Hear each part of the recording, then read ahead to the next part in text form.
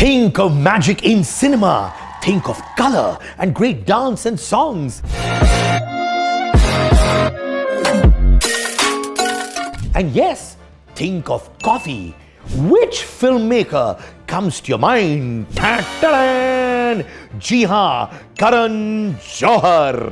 करण जौहर या फिर के जो उनके फ्रेंड्स उन्हें बुलाते हैं, आर्ग्यूबली इंडिया के one of the best and most popular film makers हैं। फिल्म मेकिंग के अलावा वो host, producer, fashion icon, mentor, reality show जज, स्क्रीन राइटर जैसे बहुत सारे रोल्स प्ले करते हैं अपनी डेली लाइफ में। But I'm sure if you ask him कि उनका सबसे बेस्ट रोल कौन सा है, वो कहेंगे एक बेटे और एक फादर का रोल। करण एक आइडियल बेटे हैं। उनकी मॉम की बर्थडे बैश बेहद लेजेंडरी होती है। Karan not only organizes these parties but he also ensures कि उनकी मां के फ्रेंड्स जो है वो पूरे टाइम पार्टी में एंजॉय करे और उनकी मां खुद totally enjoys herself बिंदास। उनके 2 बच्चे रूही और यश उनकी आंखों के तारे हैं। And Karan keeps sharing a lot of videos with them on his social media account. Recently ऐसे वीडियोस चल रहे हैं उनके जहां पे उनके बच्चे करण को रोस्ट कर रहे हैं। Who is making noise? You. I am making noise? But I was singing a song. Should I not sing a song? Why? I don't like it. You don't like my song? उनके बेटे का नाम उनके father यश के नाम से है और बेटी का नाम मम्मी हीरो के नाम को रीअरेंज करके रूही नाम से है। Karan describes himself as an unsuitable boy. उनकी बायोग्राफी का टाइटल भी यही है। He self-admits that he was always a shy kid who was very conscious of his weight. Even now, Karan ensure करते हैं कि वो ऐसा कोई अनहेल्दी हैबिट ना पाले जिससे उनका वेट जल्दी बढ़ जाए। In 2017, he had lost 17 kgs in 4 months, taking inspiration from Ranbir Kapoor's look from the film Sanju. ये बहुत लोग जानते होंगे कि करण पहले एक एक्टर रह चुके हैं। हम सब ने करण को DDLJ में SRK का फ्रेंड का रोल प्ले करते देखा है। But do you know Karan also played a part in Doordarshan's Indradhanush way back in 1989. Yes, 1989.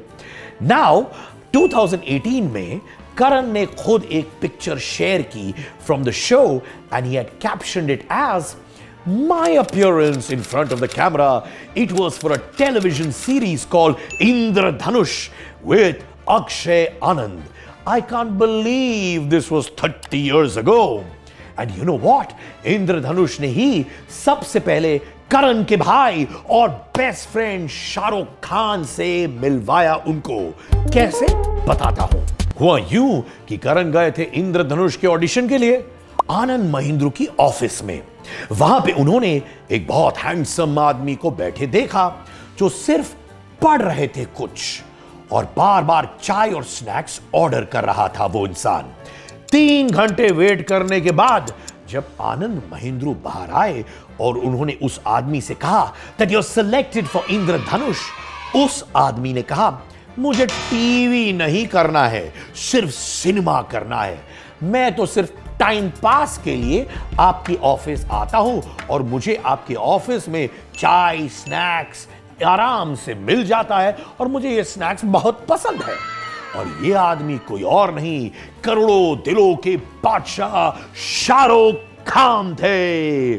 जी हां, शाहरुख खान को ये बात याद नहीं थी जब करण ने शाहरुख खान को ये बात वापस बताई। Yes, what a beautiful bond started between these two. Well, SRK और करण जौहर के कॉम्बिनेशन ने हमेशा हिट फिल्में दी है। करण के डायरेक्टोरियल डेब्यू कुछ कुछ होता है में शाहरुख खान ने काम किया था। इस फिल्म में शाहरुख ने लवर बॉय और फादर का रोल निभाया था and the way he portrayed the role with so much dedication and intensity कि आज तक कुछ लोग कुछ होता है कि डायलॉग्स और गाने नहीं भूले। उसके बाद करण ने K3G बनाई जिसमें अमिताभ बच्चन, शाहरुख खान, ऋतिक रोशन, जया बच्चन, काजोल, करीना कपूर खान थे और यह फिल्म फैमिली वैल्यूज पे थी। ये एक ऐसी फिल्म थी जिससे करण जौहर के बारे में एक और पहलू लोगों के सामने आया, that he loves his parents to death. Everybody knows how much Karan broke down after his father, the legendary Yash Johhar's demise. 90s के बच्चों को याद होगा कि करण जौहर की फिल्में हमेशा के अक्षर से शुरू होती थी। He was obsessed with numerology. But you know what? जब उन्होंने लगे रहो मुन्ना भाई देखी तब उन्हें रियलाइज हुआ कि यह सब सिर्फ वहम है एंड फिर he dropped his practice of naming his films with the letter K. Karan की सेक्सुअल ओरिएंटेशन हमेशा चर्चा में रही है।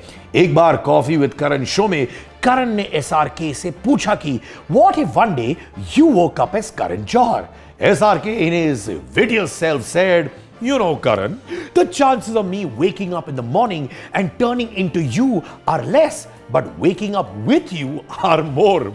At least this is what everyone says." Karan अपनी sexuality पे कहते हैं, "Everybody knows what my sexual orientation is. I don't need to scream it out. If I need to spell it out, I won't, only because I live in a country where I could possibly be jailed for saying this." Karan is a brilliant filmmaker, but unfortunately उनकी फिल्मों से ज्यादा उनकी personal life और statement ज्यादा news में आ जाती है। But let's discuss the brilliance of the filmmaker Karan Johar. कभी अलविदा ना कहना, a movie on extramarital relationships. बहुत टाइम से अहेड थी, इसलिए काफी फ्लैक मिला मूवी को। Though the movie was a hit, it also got a lot of brickbats on Karan to topple marriage from the uppermost sanctity of purity. My Name is Khan, yes, came at a time when all around the world there was Islamophobia. Karan Johar ने जिस sensitivity के साथ इस film के topic से deal किया, काफी लोगों ने उनकी तारीफ भी की। करण ने SRK के साथ पहली बार काम नहीं किया film student of the year में। इस फिल्म में उन्होंने 3 न्यूकमर्स आलिया भट्ट, सिद्धार्थ मल्होत्रा और वरुण धवन के साथ काम किया। This movie turned a new leaf in Karan's life with Alia Bhatt becoming his prodigy. करण और आलिया की जोड़ी ने इस फिल्म के बाद बैक टू बैक फिल्में दी। करण ने पाकिस्तानी सुपरस्टार फहाद खान के साथ भी कपूर एंड सन्स बनाई। This film dealt with dysfunctional family dynamics and also touched upon homosexuality. Fawad ने ए दिल है मुश्किल में भी ब्रीफ रोल किया था, लेकिन इस फिल्म के बाद फवाद और बहुत सारे पाकिस्तानी एक्टर्स को गवर्नमेंट ऑर्डर्स की वजह से इंडियन एंटरटेनमेंट इंडस्ट्री में बैन कर दिया गया था और करण had to issue an apology for casting Fawad and requested the authorities to let the movie release smoothly. At the World Economics Forum, Karan was asked whether he would like to work with Fahad again, and he said, quote unquote, "I never wanted to go through what I went through again. Neither the situation, the circumstances, nor the apology. None of that is what made me feel comfortable. I felt weak, vulnerable, victimized, and as a filmmaker, I don't want to feel like that." Well, this indicates कि फवाद और करण का combo शायद ही हमें देखने को मिले। कंगना रनौत और करण की तू मैं के बारे में सब जानते हैं। वो कंगना ही थी जिन्होंने इंडिया को नेपोटिज्म वर्ड इंट्रोड्यूस करवाया था, और वो भी करण जौहर के खुद के शो पे। कंगना ने करण से कहा था that he is the flag bearer of nepotism. बस वो दिन है और आज का दिन है। ये वर्ड करण का सेकंड नेम हो गया है, ऐसा लगता है। We don't want to comment on the claims of Kangna, but हाँ ये जरूर है that इंडस्ट्री में अब सब स्टार किड्स आ गए हैं एंड काफी लोग धर्मा प्रोडक्शंस, जो करण जौहर की प्रोडक्शन हाउस है, उनसे इंट्रोड्यूस हुए हैं। करण जौहर एक सक्सेसफुल प्रोड्यूसर भी है। चाहे वो फिल्म डायरेक्ट करे या ना करे, उनकी प्रोडक्शन हाउस हर साल फिल्में प्रोड्यूस करती है।